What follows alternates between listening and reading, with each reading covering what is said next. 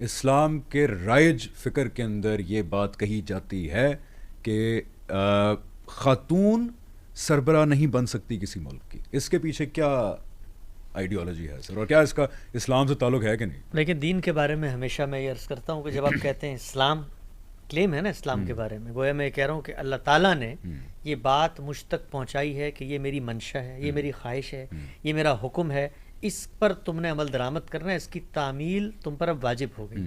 جب اتنا بڑا دعویٰ میں کرتا ہوں تو اس کے لیے ضروری ہے کہ میں اس کلیم کو ویریفائی کروں, کوالیفائی کروں, اور یہ بتاؤں کہ اللہ تعالیٰ نے یہ بات ہمیں کہی تھی. تو اللہ کی بات تو یا قرآن سے ہم تک پہنچی ہے یا سنت متواترہ سے ہم تک پہنچی ہے. قرآن مجید کا صفحہ صفحہ پڑھ جائیے, قرآن مجید کی آیت آیت کو کھنگال لیں, وہاں پر کہیں اس بات کا ادنا تذکرہ بھی نہیں ہے کہ حکمرانی کے معاملات میں اصول بیان کر دیا. بہترین موقع تھا اگر اللہ تعالیٰ نے کوئی بات بیان کرنی ہوتی. اور پھر میں آپ سے عرض کروں کہ جب اللہ تعالیٰ بیان کرتے تو پھر انہوں نے قرآن مجید میں کچھ اور باتیں بھی بیان کرنی پڑتی. یعنی وہ یہ بیان کرتے عورت حکمران نہیں بن سکتی, تو جو ہم نے پہلے ڈسکس کیا کہ دین کا پورا تصور جس میں جنس کی بنیاد پر کوئی تفریق خدا نے نہیں کی, تو پھر بتانا پڑتا کہ میرے نزدیک عورت مرد ایک برتر اور کمتر مخلوق ہے. جنت جہنم کے اندر ان کا فیصلہ بالکل الگ کرائٹیریا کی بنیاد پہ ہوگا. ایک وہاں اونچے گھروں میں رہے گا, دوسرا وہاں نیچے گھروں میں رہے گا. پھر وہ یہ بتاتے کہ جو ازواج مطہرات ہیں ان کو بتائیے آپ, یعنی وہ پورا پھر دین کی اورینٹیشن تبدیل ہو جاتی ہے. اللہ تعالیٰ کا جو دین ہے وہ بالکل ایک کانسٹنٹ طریقے سے مربوط, منظم, سسٹمیٹک, ایک تھیمیٹیکل سگنیفیکنس ہے اس کے اندر. وہ یوں نہیں ہے کہ ایک بات کسی دوسرے اصول کے تحت کہہ دی, تیسری بات کسی دوسرے اصول کے تحت, اور جو دل کرتا ہے مان لیں, اور جو دل کہتا ہے مان لیں. تو خدا کے دین میں ایسی کوئی بات موجود نہیں ہے. رسول اللہ صلی اللہ علیہ وسلم کا عمل سنت کے ذریعے ہم تک پہنچا ہے, مسلمانوں کو پابند کیا ہو.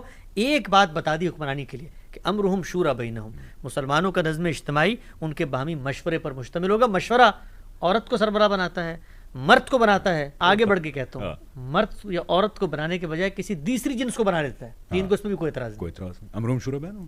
تو یہ بات کیسے سامنے آئی؟ یہ ایک روایت. پھر وہی عرض ہے کہ جب قرآن کا یہ پورے 4 کارنرز آپ کے سامنے ہیں اور ایک ہسٹوریکل نریشن آپ کے سامنے آتی ہے, تو اس کا پس منظر, اس کا کانٹیکسٹ, اس کے مصداقات, کون مخاطب ہے, کس پہلو سے بات, صلی اللہ علیہ وسلم نے بات کی, کیوں کی, کس کو کی, وجہ کیا تھی پیچھے. یہ روایت ہے, بڑی مشہور روایت ہے جو ہمارے یہاں کتابوں میں آئی ہوئی ہے کہ جس وقت اللہ کے پیغمبر نے, اللہ کا پیغمبر اللہ کی حجت لے کر, خدا کی مائیت یعنی خدا کے ساتھ زمین پہ کھڑا ہوا ہے, اس نے اتمام حجت کیا, یعنی کنکلوسیو آرگومنٹ دے دیا, اور اس کے بعد خطوط لکھے ارد گرد کی ریاستوں کو, تو کیسر کو بھی لکھے, کسرا کو بھی لکھے, باقی جگہوں پہ بھی لکھے.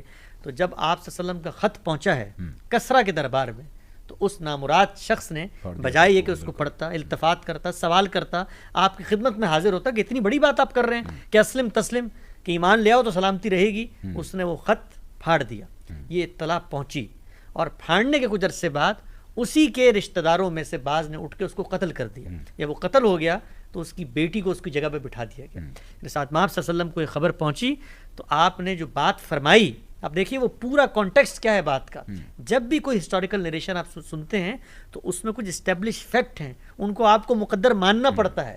آپ صلی اللہ علیہ وسلم یہ کہہ چکے ہیں کہ یہ ریاستیں برباد ہو جائیں گی, اللہ کا فیصلہ آ چکا ہے, یعذبہم اللہ بایدیکم, تمہارے ہاتھوں سے جائیں گی, اس لیے کہ کتب اللہ لاغلبن انا ورسولی, ہم نے فیصلہ کر دیا ہے, لئلا یکون علی الناس الا حجۃ بعد الرسول, کہ ہم بھیج چکے ہیں اللہ میں حجت تمام کر کے. صحابی کو ایک پریڈکشن بھی کر دی کہ تم کیسر و کسرا کے زیور پہن کے پھرو گے. آپ یہ دیکھیے کہ کہا کہ خندقیں کھد رہی تھیں تو ان کو پتھر مارتے ہوئے جو چنگاریاں اٹھ رہی تھیں, تو اس میں کہا کہ میں نے اس روشنی میں کیسر و کسرا کے محلات دیکھ لیے, یہ پیغمبر ہوتا ہے. اس نے پیشن گوئی کی اور کہا کہ وہ قوم ترقی نہیں کر سکتی.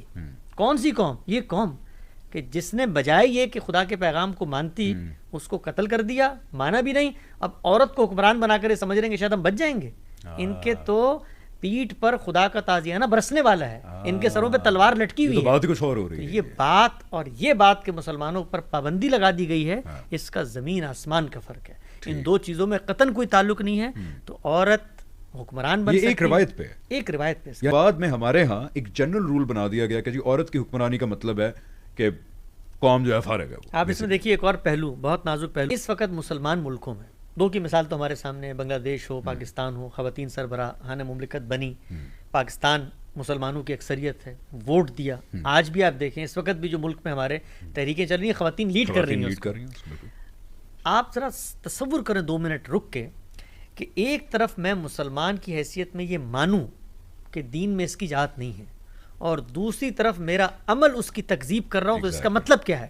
اس کا مطلب یہ ہے کہ معاملے میں کچھ گڑبڑ ہے. سر اسی لیے دین ہمارا وہی بات اعتراف نہیں بنتا because of this contradiction. So اس پوائنٹ پہ یہ طے ہوا کہ وہ ایک روایت جس کے اوپر یہ کانسیپٹ پورے کا پورا اسلام کے مذہبی فکر میں ٹریڈیشنل میں رائج ہے کہ عورت کی حکمرانی اسلام میں حرام ہے، وہ اسے ایک روایت پہ بیسڈ ہے، جس روایت کی حقیقت آپ کو بھی حسن بھائی نے بتا دی کہ وہ معاملہ ہی کچھ اور ہے.